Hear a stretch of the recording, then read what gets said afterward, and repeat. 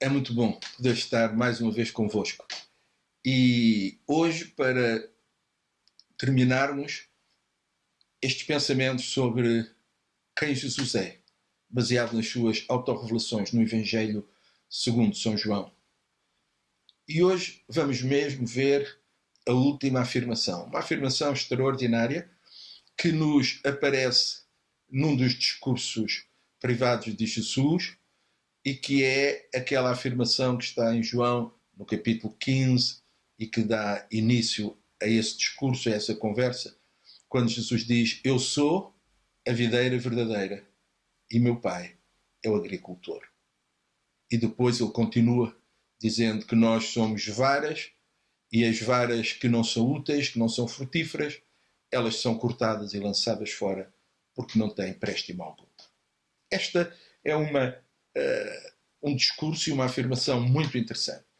Mais uma vez, Jesus quer mostrar-nos como ele é único e fundamental.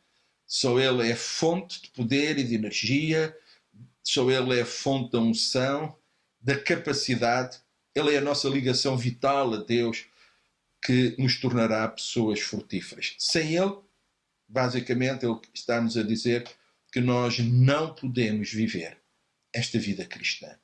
Se a maioria das outras, ou praticamente todas as outras vezes em que Jesus diz eu sou, ele fala do seu aspecto único para nos fazer chegar a Deus, para nos guiar, para nos fazer entrar no reino de Deus, para cuidar de nós durante esta vida, etc, etc. Agora ele fala precisamente para aqueles que já são seus. E daqueles que são seus, ele espera alguma coisa.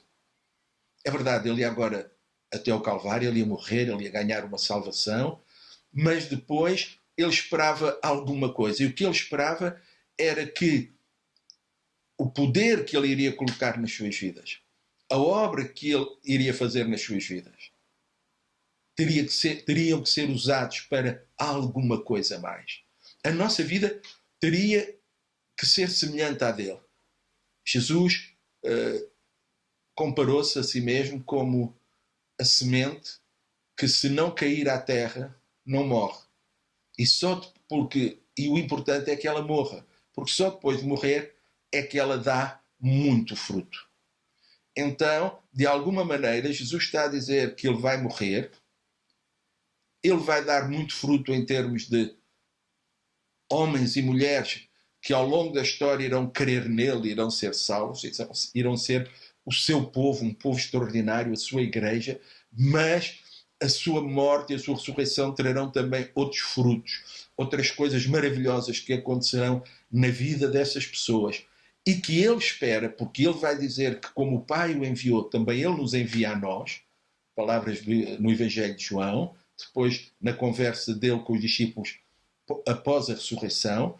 Então ele quer que também nós sejamos frutíferos, ele quer que também nós vivamos uma vida que tenha resultados, que influencie positivamente os outros, para que eles possam querer experimentar, ter este Deus, este Jesus, e continuar este processo. Então, nós somos chamados a um processo de pregação, discipulado, multiplicação nas vidas dos outros, tudo aquilo que nós próprios somos e temos recebido de Deus. Então, ele apresenta-se como a única possibilidade para nós vivermos dessa maneira. Ele não apenas é o único que nos faz entrar no reino de Deus, que nos dá o perdão, que nos dá a salvação, ele é o único caminho, mas ele é também a única fonte de vida para nós agora sermos e vivermos como Deus quer. Há um pensamento muito interessante para mim, e não é meu, eu ouço com outros colegas, outras pessoas, outros pensadores, que também dizem a mesma coisa, mas eu tenho um desejo pessoal. Eu quero ser tudo o que Deus quer que eu seja. Eu quero ter tudo o que Deus quer que eu tenha e eu quero chegar onde Deus quer que eu chegue. Por outras palavras, eu quero cumprir plenamente o plano de Deus na minha vida. Eu quero ser instrumento nas mãos de Deus. Mas para isso eu preciso de de ajuda.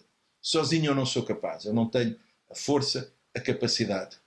Não é por acaso que Jesus disse: mas recebereis poder quando o Espírito Santo vier sobre vós. Então, quando Jesus enviou o Espírito Santo, ele tornou-se Deus conosco, Deus em nós. Então, a graça, o poder de Deus, eles agora estão na nossa vida, operam através de nós.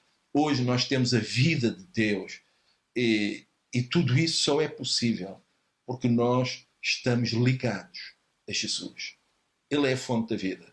O Espírito Santo que está em nós nos ajuda a viver, nos ajuda a entender, a perceber, a conhecer a palavra para que depois possamos praticá-la. Ele nos dá a ousadia para nós pregarmos o Evangelho. Ele nos dá a autoridade para nós, em nome de Jesus, vermos milagres acontecerem na nossa vida, no nosso ministério. Não importa, os sinais seguem aqueles que creem, que estão ligados a Jesus, em quem o poder de Deus está presente e manifesto. Então, este último eu sou é importantíssimo para todos nós. Não basta apenas dizer, mas eu estou no caminho, eu vou para o céu. Não, é preciso perceber que enquanto estamos aqui, Deus espera alguma coisa de nós. Podemos pensar nisto. Cada um de nós poderia ter um dia, uma situação, e para cada um de nós foi diferente, ter ouvido falar de Jesus, ter acreditado e ter convidado Jesus a vir à sua vida. Fomos salvos, nascemos de novo. Bem, nesse momento, Deus poderia ter-nos levado imediatamente para o céu. Evitávamos muitos problemas, muitas dificuldades, muitas tentações. Era facílimo. Eu acreditava e eu estava na casa do Pai. Mas não é esse o plano de Deus. Deus quer que eu esteja aqui. Deus quer que tu estejas aí, no meio da tua casa, dos teus amigos, da tua família, no meio da comunidade. Para quê? Para darmos fruto. Para darmos testemunho. Para que, através da nossa vida, outras vidas sejam alcançadas, mudadas, transformadas. Nós estamos aqui para sermos abençoadores, para sermos homens e mulheres que usam a autoridade que Jesus lhes deu e em seu nome eles ministram à vida das outras pessoas. Estamos aqui para, sem medo, enfrentarmos os poderes das trevas, expulsarmos demónios, lutarmos e derrotarmos o inimigo, não com o nosso poder, mas porque Jesus está em nós, porque nós estamos ligados a Ele e tudo aquilo que acontece em nós e através de nós vem dele e por Ele. Então, entendemos que a nossa vida aqui não é apenas uma vida agora de agora eu vou experimentar as coisas boas. Não, o ensino da Bíblia Sagrada diz que há um lugar preparado de descanso para nós. Mas até esse dia e chegarmos lá, é tempo de trabalhar, de fazermos alguma coisa. De sermos testemunhas em todo o sentido da palavra. Isso acontece através dos frutos, das manifestações espirituais, das manifestações de pureza, de santidade, das manifestações de amor, de misericórdia, de perdão, tudo aquilo que Deus tem para nós e que está agora fora do nosso alcance quando estamos a estudar este tema. É interessante ver o contexto, como sempre temos visto, mais chegado em que Jesus falou isto. Eles tinham saído de Betânia, iam para Jerusalém, portanto iam a descer para Jerusalém para fazerem outra paragem, depois no Jardim das Oliveiras, no lugar do Getsemane, um horto com muitas oliveiras que ainda hoje se acredita que algumas das que lá estão poderão ser desses dias, desses tempos de Jesus. E é interessante porque no caminho eles vão pelo meio de vinhas. Toda aquela encosta era e é composta de vinhas. Então, quando Jesus tem verdades tão extraordinárias para lhes ensinar, principalmente esta verdade que agora ele vai partir, mas ao mesmo tempo eles vão ficar ligados e que a vida dele vai passar para eles e que, bem, todas estas coisas vão acontecer e que ele espera que eles agora deem o fruto, que eles sejam obedientes como ele foi ao Pai, que, enfim, tudo isso, ele não arranja melhor exemplo do que aquele que está à sua volta. Todos eles sabiam perfeitamente como se tratam as vinhas, como se lida com a vinha e o porquê. Então Jesus começa a explicar-lhes isto. E esta é uma lição extraordinária que nos mostra como, com meios tão simples, Jesus se tornou o maior mestre, o maior ensinador de todos os tempos, ensinando verdades profundíssimas através de exemplos tão práticos e tão simples. Porque estas verdades que Jesus disse acerca dele próprio, estas verdades que ele ensinou, como esta que está a ensinar agora, são verdades profundas, mas que na boca de Jesus se tornaram tão simples, tão fáceis. Para quê? Para que nenhum de nós tenha a desculpa de dizer: olha, eu não creio, ou eu não sou, ou eu não faço porque eu não entendo, porque eu não percebi. Não, as coisas de Deus são facilmente entendíveis e perceptíveis. Lembram-se que um dia Jesus até orou assim: graças te dou, ó Pai, porque ocultastes estas coisas aos grandes, aos poderosos, aos sábios, aos entendidos, e no entanto as revelaste aos pequeninos. Sim, ó Pai, porque foi esta a tua vontade. Então a vontade de Deus é que tudo o que tem a ver com Ele, ainda que sejam questões eternas, questões que têm a ver com Deus, com quem Ele é, como Ele é, com tudo isso, essas coisas estejam na palavra reveladas, mostradas de uma maneira tão simples que qualquer um pode crer e depois, com a ajuda do Espírito Santo, pode viver e praticar. Ele é a videira verdadeira. Eu sou uma vara, cada um de vós que está a ouvir é uma vara, e sem Jesus não somos nada, não temos vida, não temos propósito, não temos significado. Então, tal como o lavrador que tem uma vinha, ele não a tem para decoração, mas ele tem porque ele espera tirar fruto dessa vinha, também Deus espera alguma coisa de nós.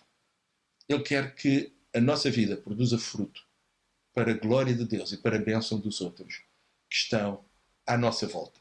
Todo o exemplo que Jesus conta, tudo isto é muito interessante. Eles perceberam claramente que Deus espera que nós continuemos aquilo que Jesus começou, que devemos ser como Jesus, então que devemos ser puros, que devemos ser santos, que devemos ser homens e mulheres de amor, de perdão, de compaixão, de misericórdia, que devemos ser pessoas para quem os outros olham e através de nós, da nossa vida, do nosso exemplo, eles podem ver Deus. Tal como Jesus disse: quem me vê a mim vê o Pai. Também, de alguma maneira, quando a vida de Deus flui em nós, quando o rio de Deus flui em nós, quando nós somos estas novas criações de Deus, então Deus tem que ser visível na nossa vida.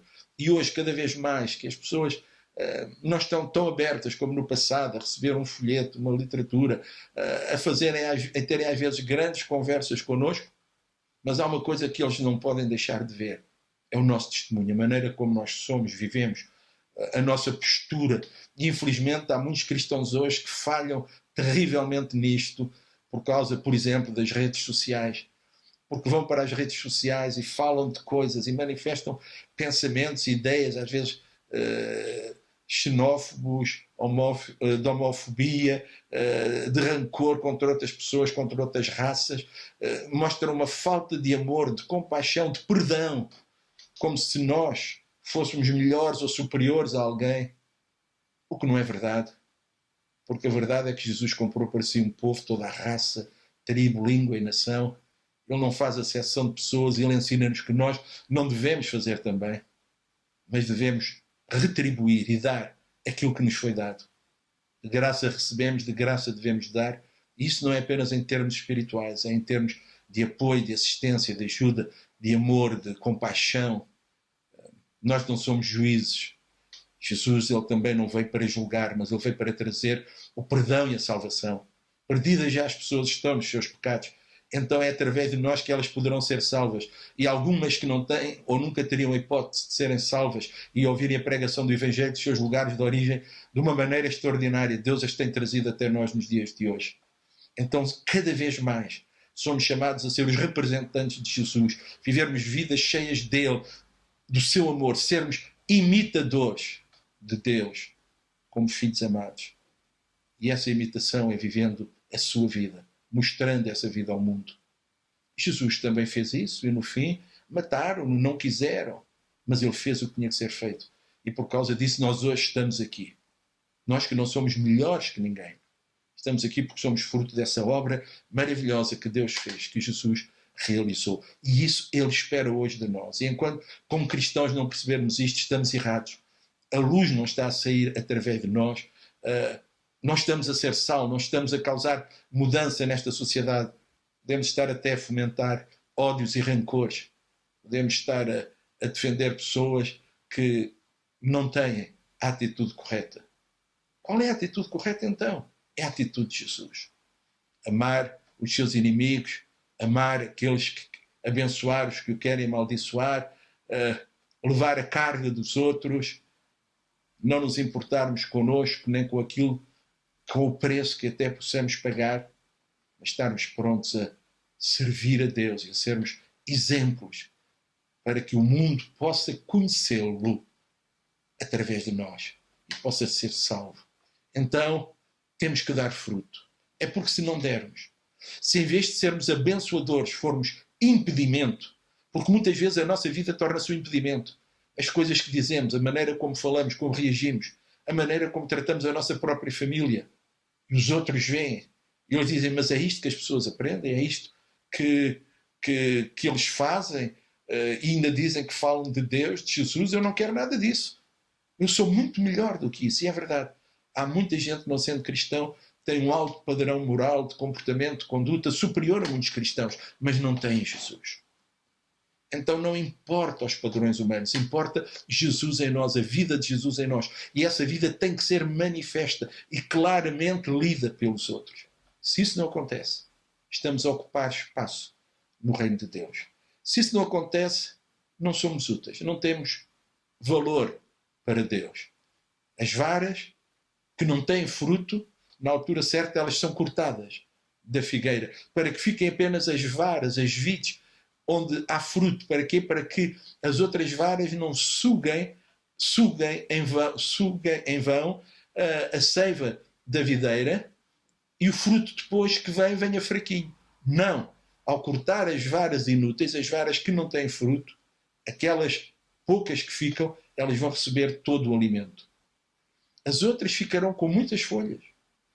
E às vezes olhamos para vinhas que estão abandonadas e quando chega a altura do verão elas parecem um enorme campo verde seguido, com as vides ligadas umas às outras pelas gavinhas, e é impressionante, podemos dizer até, é tão bonito, mas a vinha não existe para ser bonita, existe para ser frutífera. Então só ficam os ramos, as varas, as vides, que têm fruto. As outras são cortadas. E assim não se perde tudo. Olha, lança-se no fogo, são usadas para acender fornos, para fazer calor, lume que precisa de muito calor. Há utilidade, tal como o sal, se não servir para a função determinada, também se lança no chão, derrete a neve, é pisado, mas pelo menos não está a desperdiçar o seu lugar. Lembram-se? Quando Jesus vai com os seus discípulos a sair da cidade, e ele dirige-se a uma figueira à procura de figos, e a figueira não tinha figos. E Jesus ficou triste com isso, e ele disse à figueira, seca-te, ninguém mais coma fruto de ti. Foram-se embora. Quando voltaram, tempo depois, Pedro vai passar por ali, eles não tinham entendido aquela situação da figueira, como não entendiam muitas das coisas que Jesus fazia, e quando vão passar por ali, Pedro vê a figueira toda seca. Mas era estranho, porque a figueira tinha secado de alto para baixo, ao contrário da maneira normal que uma árvore seca, que é de baixo para cima. Aquela figueira secara por causa da ordem de Jesus. E Pedro diz, mestre, olha, que a figueira que tu amaldiçoaste secou. Porquê? Porquê que tu fizeste isto? E Jesus explica, porque se ela não dá fruto, então ela não serve para nada. O alvo da figueira não é ser bonita e estar a dar bom aspecto num campo ou num jardim. O alvo da figueira é ter fruto para que as pessoas se alimentem dele. Se ela não dá, então é melhor secar, morrer, para que outras que dão possam florescer. É isto que Jesus nos está a dizer. Todos aqueles que, dizendo que são deles, ou tendo alguma pertença, relação com Ele, não manifestam na sua vida a verdade dessa relação. Não é visível neles a vida de Deus. Não dão fruto, não são úteis, então eles são colocados de lado. Não é por acaso que muitos naquele dia vão dizer: Senhor, não te lembras de nós? Nós andámos contigo, nós fizemos, nós dissemos, nós acontecemos. E Jesus diz: não. Afastai-vos, eu não vos conheço. Eu não vos conheço. Eu não conheço aqueles que andavam comigo, mas tinham uma agenda própria, que apenas buscavam os seus interesses, o seu reino, o seu bem-estar, que apenas queriam ter uma realização humana, queriam ser conhecidos, amados, seguidos pelas pessoas, e nunca foram meus servos, nunca foram luz, nunca foram sal, nunca foram ramos frutíferos. Cuidado. A sua vinda aproxima-se, o tempo do julgamento e da prestação de contas também. É a altura de cada um de nós olhar para si e pensar: estarei eu a ser o filho, a filha que Deus quer? Estará a minha vida a produzir fruto para a glória de Deus? Será que o meu alvo maior é o reino de Deus, é a sua justiça, é a glória do seu nome, é o seu engrandecimento? Ou ando à procura dos meus interesses e das minhas coisas? Não se esqueçam, Jesus disse: eu sou a videira verdadeira, meu pai é o agricultor, e toda a vara em mim que não dá fruto é cortada e é lançada no fogo. Que isto não aconteça com nenhum de nós.